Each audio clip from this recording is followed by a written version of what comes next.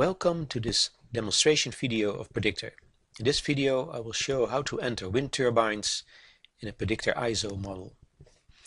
Here you see the existing situation in the 3D view. I close down the 3D view and here you see the 2D view of the map. If you want to enter wind turbines, you can use the wind turbine item. Click on the wind turbine item and position the wind turbine on a new location, called wind turbine number 1. Next I have to key in the height, 80 meters.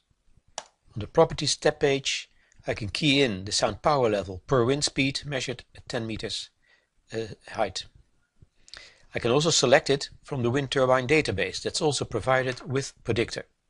That's an option for the user to enter data of product data of wind turbine manufacturers.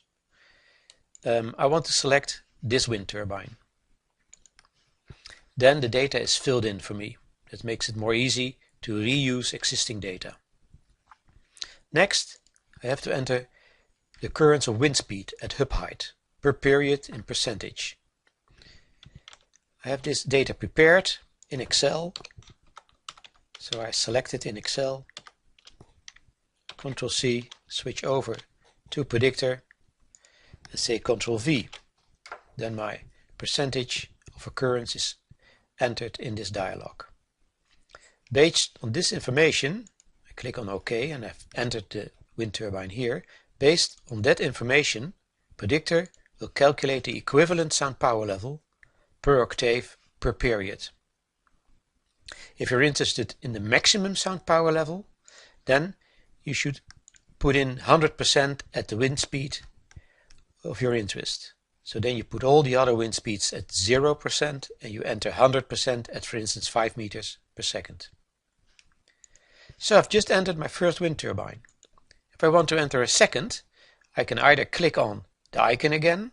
I can also use my right mouse button, add wind turbine, and click on this location. Automatically Predictor will put the new number on, wind turbine 2, and it will remember all the previous attributes that I've just been entering. So if it's the same type of wind turbine, I'm ready. OK. Right mouse click, add wind turbine, third location. I can make it even more speedy to say OK and same, and then I just can keep on clicking and locating wind turbines on the new location. Right mouse click,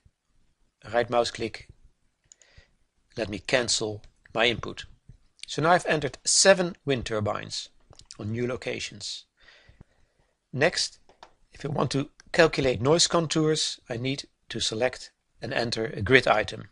I click on the grid item, and with the grid item I can select either a rectangular grid, a circular grid, or a polygon.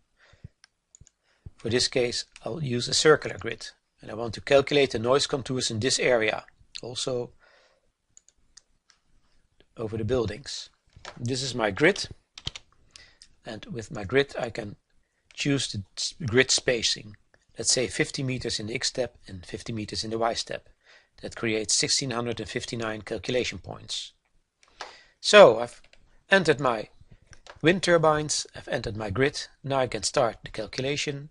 Calculation start. This is a small model, so the calculation time will be small.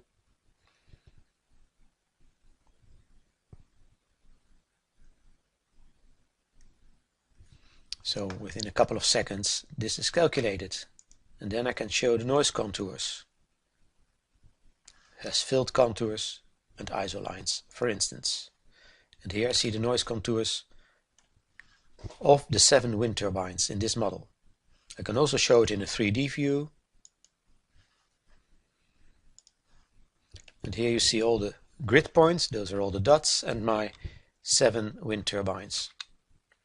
And I can also see how the noise spreads through the city. Okay, thank you very much. This concludes my short presentation of the wind turbine item.